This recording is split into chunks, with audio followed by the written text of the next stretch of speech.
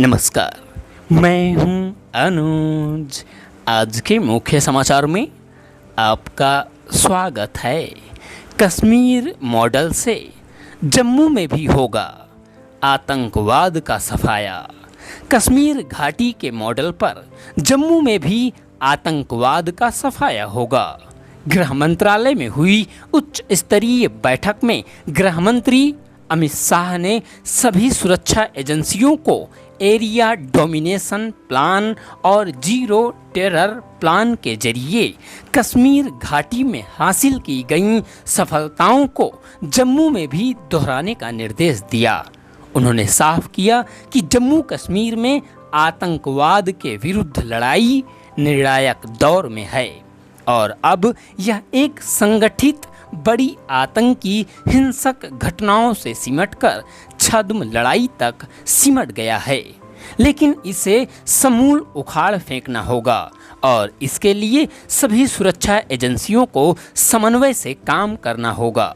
बैठक में शाह के साथ जम्मू कश्मीर के उपराज्यपाल मनोज सिन्हा, राष्ट्रीय सुरक्षा सलाहकार NSA अजीत डोभाल, रा के प्रमुख रवि सिन्हा, IB प्रमुख तपन डेका, सेना अध्यक्ष जनरल मनोज पांडे, नामित सेना अध्यक्ष लेफ्टिनेंट जनरल उपेंद्र द्विवेदी, जम्मू और कश्मीर दोनों भागों के कोर कमांडर समेत केंद्र व राज्य के वरिष्ठ अधिकारी मौजूद थे।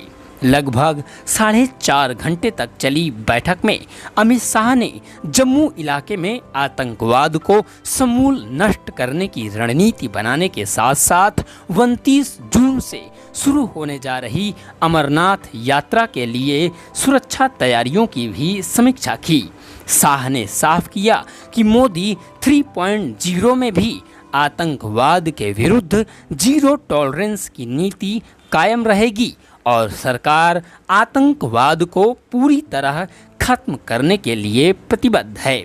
सभी एजेंसियों की तरफ से दिए गए प्रेजेंटेशन के बाद शाह ने आतंकियों के विरुद्ध पुराने तरीके से कार्रवाई के बजाय इनोवेटिव तरीका अपनाने पर जोर दिया।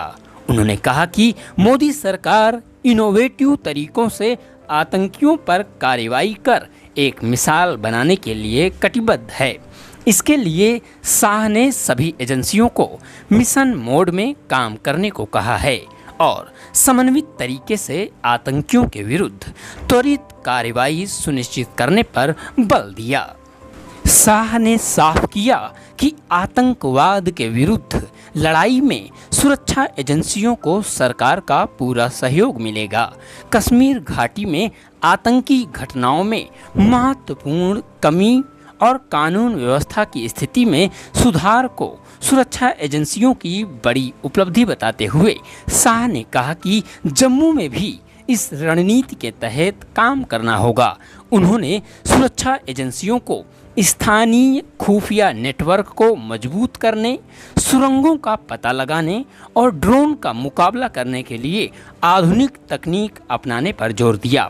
अमरनाथ यात्रा की सुरक्षा तैयारियों की समीक्षा बैठक में शाह ने अतिरिक्त सुरक्षा बलों की तैनाती के साथ साथ ड्रोन व अन्य अत्याधुनिक तकनीक के जरिए पूरे यात्रा मार्ग की गहन निगरानी करने का निर्देश दिया है। उन्होंने साफ किया कि आतंकियों के विरुद्ध लड़ाई में जरा भी कोताही नहीं होनी चाहिए। शाह ने कहा कि प्रधानमंत्री नरेंद्र मोदी के नेतृत्व में सरकार श्रद्धालुओं के लिए सुविधाजनक और बेहतर अनुभव सुनिश्चित करने तथा अमरनाथ यात्रा प्रबंधन में पर्यावरण अनुकूल उपाय करने के लिए कटिबद्ध है। श्रद्धालुओं को कोई समस्या नहीं होनी चाहिए।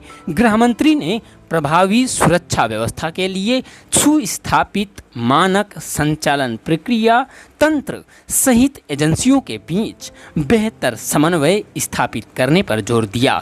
बैठकों में हिस्सा लेने के बाद सेना प्रमुख जनरल मनोज पांडे और मणिपुर की राज्यपाल अनुसुईया उइके ने गृह मंत्री शाह से अलग अलग भेंट की।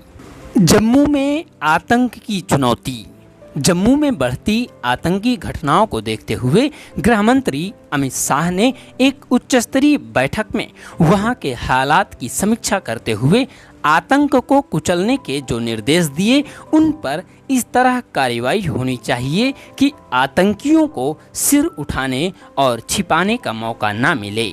इस बैठक में गृह मंत्री ने जिस तरह यह कहा कि जैसे कश्मीर घाटी में आतंकवाद पर नियंत्रण पाया गया है वैसे ही जम्मू संभाग में भी पाया जाए, उससे यही स्पष्ट होता है कि जम्मू की स्थिति कहीं अधिक चिंताजनक है। यह हाल की घटनाओं से स्पष्ट भी होता है।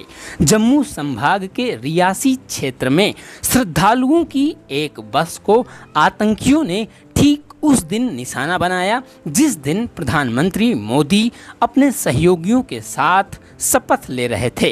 यह आतंकी हमला एक तरह से तीसरी बार सत्ता संभालने वाली मोदी सरकार को दी जाने वाली सीधी चुनौती ही थी। इस मामले के बाद आतंकियों ने जिस प्रकार एक के बाद एक डोडा, कठुआ आदि इलाकों में ताबड़तोड़ हमले किए उससे उनके दुस्साहस का ही पता चलता है। एक लंबे समय से यह प्रकट हो रहा है कि आतंकियों ने कश्मीर के बजाय जम्मू को अपने निशाने पर ले लिया है। जम्मू संभाग के वे इलाके आतंकियों के गढ़ बन गए हैं जिनकी सीमा पाकिस्तान से लगती है। इन इलाकों में आतंकियों की बढ़ी हुई गतिविधियों से यह स्पष्ट भी होता है कि पाकिस्तान नए सिरे से जम्मू कश्मीर में आतंकवाद को फैलाने में जुट गया है। इसकी पुष्टि पिछले दिनों कठुआ में मारे गए 2 पाकिस्तानी आतंकियों से भी होती है।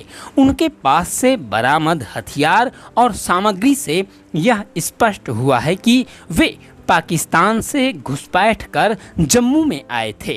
अच्छा होता कि इन आतंकियों के नाम, पते और उनके पास से बरामद पाकिस्तानी सामग्री को देखते हुए भारत सरकार पाकिस्तान से जवाब तलब करती और प्रमाणों के साथ उसे अंतर्राष्ट्रीय मंचों पर भी बेनकाब करती। निसंदेह आवश्यक केवल यह नहीं है कि जम्मू कश्मीर में सक्रिय आतंकियों की कमर तोड़ी जाए, बल्कि यह भी है कि पाकिस्तान को नए सिरे से यह बताया जाए कि उसे भारतीय भूभाग में आतंक फैलाने की कीमत चुकानी पड़ेगी।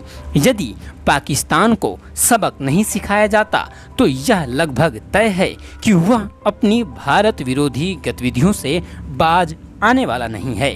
जम्मू कश्मीर में पाकिस्तान पोषित आतंकवाद को कुचलने के लिए कोई कसर इसलिए शेष नहीं रखी जानी चाहिए क्योंकि इस केंद्र शासित प्रदेश में विधानसभा चुनाव कराने का समय करीब आ रहा है।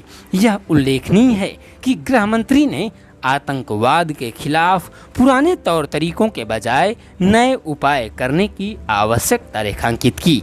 जम्मू कश्मीर में आतंकी जैसे दुस्साहस का परिचय दे रहे हैं उससे निपटने के लिए नए और कारगर उपाय किए जाने जरूरी हैं।